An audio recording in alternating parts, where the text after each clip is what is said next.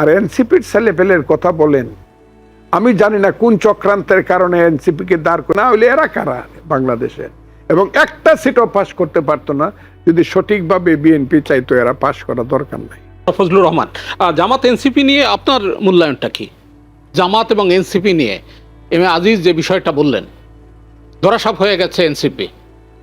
আমি এদেরকে মনে, জন্মই তাদের আজন্ম পাপ, আমি এটা মনে করি। জামাত এই দেশের বিরুদ্ধে জন্মগ্রহণ করছে এবং আজীবন তাই থাকবে। তাদের একটা নিজস্ব একটা আদর্শ আছে, সে আদর্শটা হলো পৃথিবীর যত পশ্চাৎপদ আদর্শ আছে তার একটা। তারা কোরআন, আল্লাহ রসুল, কোরআন এইসব খুব বলে, কিন্তু তারা তাতে বিশ্বাস করে না, কারণ তারা হইল ওহাবি। ওহাবিরা সবসময় হইল ইসলামের বিপক্ষে কাজ করে, বিশেষ করে হযরত মুহাম্মদ সাল্লাল্লাহু আলাইহি সাল্লাম। Where there is no Muhammad there is no Islam. কাজেই তারা হইল হযরত মুহাম্মদের বিরুদ্ধে কাজ করে, তাকে ছোট করার জন্য কাজ করে। এবং জামাত হইল এই পৃথিবীতে যারা বিশ্বাস করে যে আল্লাহর সঙ্গে তার সৃষ্টির যে সম্পর্কটা, সেই সম্পর্কটা বিভিন্নভাবে হয়, শুধু শরীয়তের মাধ্যমে না। সেইখানে তরিকত থাকবে, মারেফত থাকবে, হকিকত থাকবে, সেই পথে মানুষ চলবে, যার যার যে লাইন অফ রিলিজিয়ন, তরিকা, সেই তরিকা অনুযায়ী চলবে। আপনি দেখেন এই ভারতবর্ষে যে ইসলাম আসলো, কিভাবে ভারতবর্ষে ইসলাম আসলো, এই গরুর বাচ্চাদেরকে এইসব কথা বললে এখন তো আমার তো রাগ লাগে। এক এক সময় মনে হয় রাষ্ট্র কেন এরকম করতেছে, এই বিহেভিয়ার।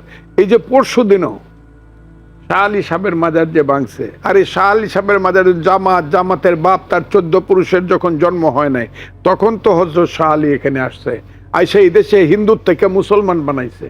সেই শাহ আলীর মাজার যারা ভাঙতে চায়, 190টা মাজার যারা ভাঙছে, যারা মাজারের একজন মুতাল্লি হোক আর হুজুর হোক, তাকে কবর থেকে তুলিয়া পুড়ায় দিছে, যাকে কুপায়ে হত্যা করছে, তারা কি করে এই দেশে ওই যে বলে ইসলামের যে কথাটা তারা বলে, real Islam in India or in Bangladesh or in Pakistan, যেখানে যেভাবে বলেন রিয়েল ইসলামিক সুফিজম, এবং সেই আহলে সুন্নাতুল জামাত বলেন বা সুফিজম বলেন, তার প্রবক্তা হল হযরত খাজা মাইনুদ্দিন চিশতি রহমাতুল্লাহ আলাইহি, নিজামুদ্দিন আউলিয়া থেকে ধরে, বখতিয়ার খাকি থেকে ধরে, এদেশে শাহ সুলতান থেকে ধরে, এদেশে খান জাহান আলী থেকে ধরে, এবং আমাদের সিলেটের সেই হযরত শাহজালাল ইয়ামিনী রহমতুল্লাহ, শাহজালাল শাহপরান থেকে ধরে, গেসুদারাজ থেকে ধরে, শাহ সিপাহসালার শাহ নাসির উদ্দিন থেকে ধরে, চট্টগ্রামের বাইজিদ বুস্তামকে ধরে, তাদের মাধ্যমে কিন্তু এই দেশে মুসলমান সৃষ্টি হইল। এই সব মানে এদেরকে আমি ওয়াহাবির বাচ্চারা এইসব কিছুতে বিশ্বাস না করে তাদের সমস্ত মাজারগুলো ভেঙে ফেলবে। এবং পরশুদিন যে ঘটনাটা বা তার আগের দিন যে ঘটনাটা করছে, আমি বুঝি না, আমি সরকারি দল করি, আমার এটা বলা উচিত না। এখানে একজন মানে প্রশাসন আছে, আইন শৃঙ্খলা রক্ষাকারী বাহিনী আছে, তাদের ব্যাপারে কোনো ধরনের এই যে শুরু হয়েছে, এটা তো এক সময় এমন একটা ঘটনা শুরু হবে, ধর্মের নামে দেশে গৃহযুদ্ধ শুরু হবে, এবং সেই গৃহযুদ্ধের জন্য সম্পূর্ণভাবে দায়ী থাকবে এই সব মধ্যযুগীয় বর্বর জামাত এবং স্বাধীনতা বিরোধী শক্তি। আর এনসিপির ছেলেপেলের কথা বলেন, আমি জানি না কোন চক্রান্তের কারণে এনসিপিকে দাঁড় করে কোত্থেকে, আমি জানি না, বলবো না, আমি জানি কিন্তু এখন বলবো না। এরা এখন ওই ইউনূস সাহেবের জগতেই আছে, এবং ইউনূস সাহেবের জগতের মতোই তারা নার্সিং পাচ্ছে, তারা সাহায্য সহযোগিতা পাচ্ছে। না হলে এরা কারা বাংলাদেশে, এবং একটা সিটও পাস করতে পারতো না যদি সঠিকভাবে বিএনপি চাইতো। এরা পাস করা দরকার নাই, আমি এটা বললাম কথাটা। এদেরকে অনেকগুলো সিট, সেটা আর বলার দরকার নাই। জনাব এম এ আজিজ, কি বলবেন আপনি এই ইস্যুতে? জামাত আমির স্পষ্ট করে বলছেন যে বিএনপি তার নির্বাচনী ইশতেহারের সঙ্গে বিশ্বাসঘাতকতা করেছে এবং তাদেরকে আস্থা করে নিক্ষেপের জন্য অপেক্ষা করার আহ্বান জানিয়েছে। এটা আমার অভিমত উল্টাটা। হ্যাঁ, বিএনপি যে ইশতেহারে যেগুলো বাস্তবায়ন করার কথা ছিল, অন্য বড় বড় ইস্যু রেখে ওই ইশতেহারগুলোই বাস্তবায়ন করতেছে। আমি তো মনে করি যে ধরেন এই যে ধরেন এলপিজি কার্ড, এই যে ধরেন ফ্যামিলি কার্ড, ফ্যামিলি কার্ড, কৃষক এগুলো না কৃষক কার্ড, ধরেন কৃষক কার্ড, এগুলো বিজ্ঞানীরা যারা অভিজ্ঞ তারা বলে যে এগুলোতে মানুষ অলস করে। আর ধরেন কৃষক কার্ড দিলেন, কৃষিতে আমাদের করোনা কালে বাঁচায় রাখছে, সারা পৃথিবীতে দাম ডাবল হয়ে গেছে। পশ্চিমা দেশে অর্ডার দিলে, খাবার অর্ডার দিলে একদিন পরে পাইতো, কেউ 7 দিন পরে পাইতো। বাংলাদেশে কিন্তু তেমন উল্লেখযোগ্য ক্রাইসিস হয় নাই। কৃষি খাত বাদে আর কোথাও তো ভর্তুকি এখন না করে যদি ওপেন বলতো যে আমরা এই যে তেল ক্রাইসিস বলেন, এই যে লোন ক্রাইসিস বলেন, সরকার চালানো বলেন, মেনটেন, এইগুলো আমরা করব, ঠিক আছে, আমরা যে ইশতেহারে যে অঙ্গীকারগুলো করেছি আমরা এই প্রায়োরিটি হিসাবে অগ্রাধিকার তালিকায় আমরা এইগুলো আনছি, ওগুলো বাস্তবায়ন করব। হ্যাঁ, এখন ধরেন খাল খনন তার অঙ্গীকার বাস্তবায়ন করতেছে, কিন্তু ফ্যামিলি কার্ড অঙ্গীকার না, ওই তো কৃষক, এগুলো অঙ্গীকার বাস্তবায়ন করতেছে, কিন্তু আমি বলছি অগ্রাধিকার কেমন হবে? খাল খনন করবেন, পানি আসতে হবে না? কোথায় পানি, কোথায়? ভারত তো সব পানি আটকাই দিয়ে আছে। তিস্তা ব্যারেজ হচ্ছে, একটা কাজ শুরু করছে, এই যে আপনার পদ্মা ব্যারেজ এটা একটা পজিটিভ কাজ। পদ্মা ব্যারেজে বাংলাদেশের যে উপকার হবে, পদ্মা ব্যারেজে ভারতের সাথে পানির সমস্যার বার্গেনিং করতে পারবে। পদ্মা ব্যারেজ কিন্তু বিশাল ব্যারেজ হচ্ছে, 2.1 কিলোমিটার পদ্মা ব্যারেজের লেন্থ। হ্যাঁ, এবং এই পদ্মা ব্যারেজে ধরেন বর্ষাকালে যে পানি এসে, এমনি তো পদ্মা মানে ওই পাশে গঙ্গা, তাই না? গঙ্গার পানি তো ভারতও গঙ্গার ওই ওইটা গঙ্গা ব্রিজ চায় না। এখন সবচেয়ে বড় কথা হলো যে তিস্তায় এই যে আপনার ইয়েতে যে আলোচনা হলো, ইলেকশন হলো, আপনার কি আপনার মমতা ব্যানার্জি ফেল করলো পশ্চিমবঙ্গে। মমতা ব্যানার্জির উপরে দোষ চাপাইলো সরকার, বরাবরই বলছে মমতা ব্যানার্জি তিস্তার পানি দেয় না, গঙ্গার পানি দেয় না। মমতা ব্যানার্জি কি করে দিবে?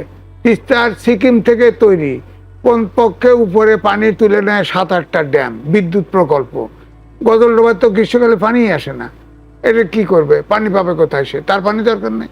আবার ভারত 40টা রিভার লিঙ্কিং প্রজেক্ট করছে, এটার একটা নদীর, এর ভিতরে গঙ্গা আছে, এর ভিতরে তিস্তা আছে, পানিতে 1 ফোঁটাও পাবেন না। সুতরাং আমাদের যে এখন ব্যারেজ হচ্ছে পদ্মা ব্যারেজ, এটা গঙ্গার পরে আপনার পানি ধরে রাখে, বর্ষাকালে পানি ধরে রাখবে। হ্যাঁ, তারপরে যমুনা নদীর তীর করে ফ্লো আছে, পানি পলি পড়তে পারে, ওগুলো ফ্লো করতে।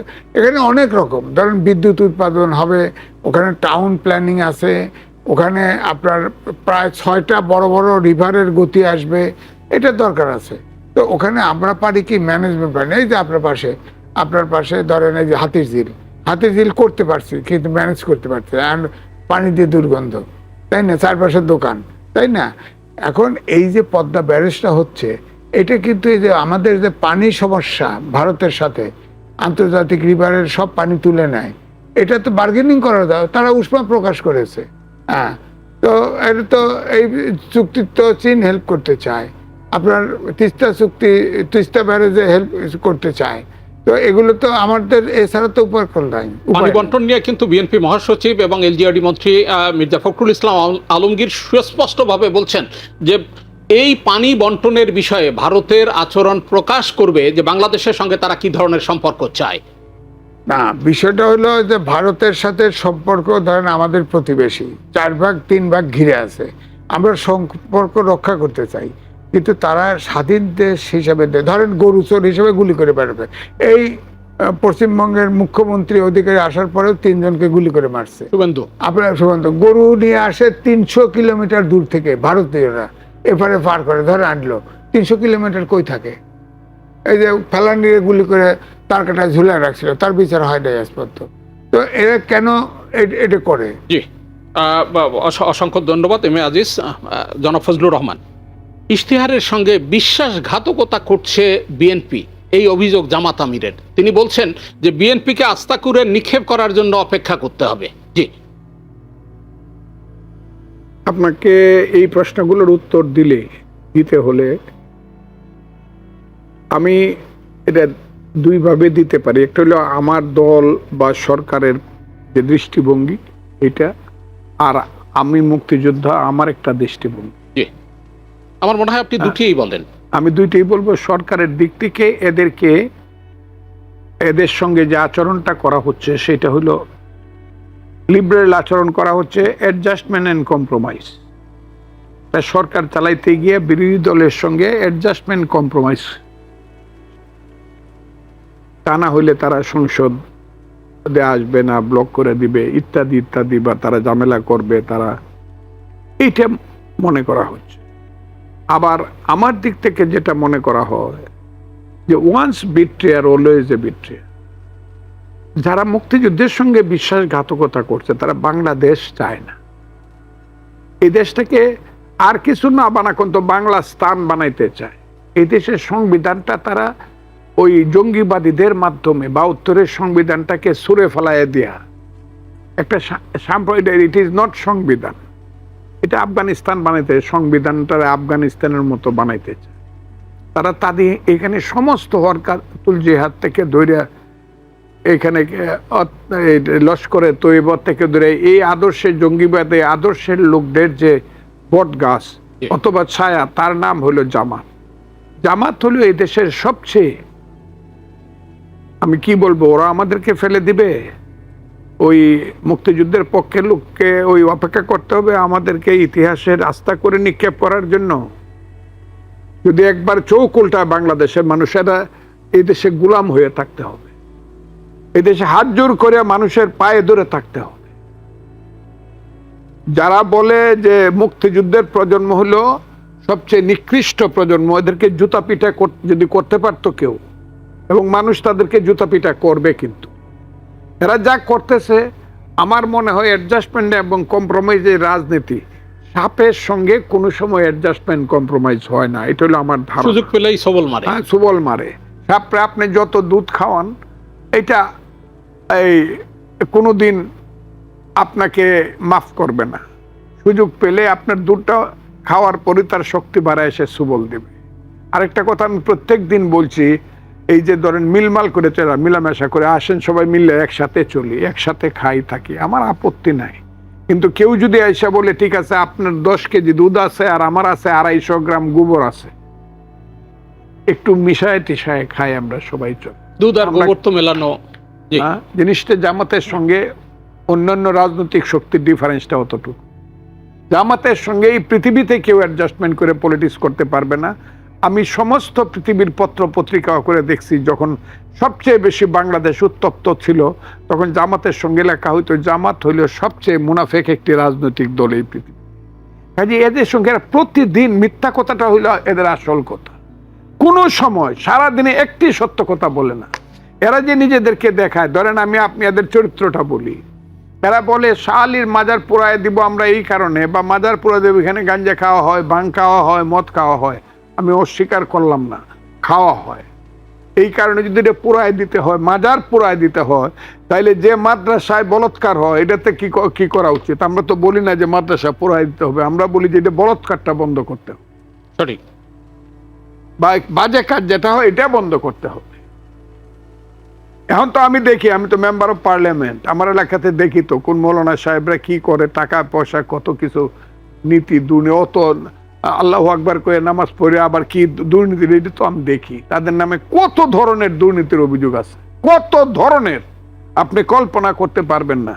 এখন আমার কথাটা হইতেছে যে তারা যারা মনে করে যে ওই বিএনপি তার প্রতিজ্ঞা থেকে বা তার থেকে সরে গেছে, না, জুলাই সনদ যে কথাগুলো আছে, বারবার আমাদের নেতা বারবার বলছেন যে আমরা ইনটু টু এটা বাস্তবায়ন করব, কিন্তু তারা যেটা চায় এটা হবে না। তারা এই যে গণভোটের মাধ্যমে যেটা বিশ্বাসঘাতকতা করে, জুলাই সনদের সঙ্গে বিশ্বাসঘাতকতা করে যে গণভোটটা করছে সেটা হবে না। এখন আপনি বলতে হবে তাইলে আপনারা কেন বলছিলেন যে ভোট দেন, এই কথাটা বলতে পারেন। হ্যাঁ, এই প্রশ্নের উত্তরটা আমি মনে করি আমাদের দল থেকে পার্লামেন্টে দেওয়া হয়েছে। ইউনূসের চেয়ে খারাপ মানুষ, অধ্যাপক মোহাম্মদ ইউনূসের চেয়ে খারাপ মানুষ বাঙালি জাতির মধ্যে এই শিক্ষা দীক্ষা করে কেউ জন্মগ্রহণ করছে বলে আমি মনে করি না। উনি চাইছিল এই দেশটাকে, আরে পাকিস্তান তো পাকিস্তান, ভালোই পাকিস্তান, এই দেশটাকে একটা জাহান্নামের দেশ বানায়া মবের মাধ্যমে দেশে আইন শৃঙ্খলা পরিস্থিতি কি কন্ট্রোল করার চেষ্টা করে, এই দেশে সামান্য ছোট ছোট ছেলেপেলেরা যাদেরকে আমি বলি পিক পকেট, রাস্তার ছেলেপেলে, এদেরকে মন্ত্রী বানায়, এদেরকে নেতা বানায়, এই দেশটাকে সর্বনাশ করে দিছে। যুবক ছাত্র সমাজকে 4টে জেনারেশন ধ্বংস করছে ইউনূস সাহেব। উনি ওই যে আমি ওই দিন বলছি যে উনি 1757 সনে লর্ড ক্লাইভের সঙ্গে মীর জাফরের যে চুক্তি হয়েছিল, যে চুক্তির কারণে 1774 মন্বন্তর হয়েছিল, ঠিক তেমনি আজকের আধুনিক জগতে আমেরিকার সঙ্গে ইউনূস সাহেবের চুক্তিটা হলো লর্ড ক্লাইভের সঙ্গে মীর জাফরের চুক্তি, এবং এর জন্য অনেক দিন আমাদেরকে খেসারত দিতে হবে। তবে কি আপনি বলেন আমাদের দেশে সেই সন্তান আসবে না যে মাথা উঁচু করে বলতে পারবে যে না, আমার দেশের দেশ বিক্রির যে চুক্তি সেটা আমি মানি না, এটা আমি ছেড়ে ফেলবো? এই কথাটা বলার লোক আসবে না, নিশ্চিতভাবে আসবে। এখন নাই, নিশ্চিতভাবে আছে, কিন্তু we are waiting for the time and the time will answer in time. এই কথাটা বলে দিলাম। The people of the country is waiting for the time and time will answer in time. এই কথা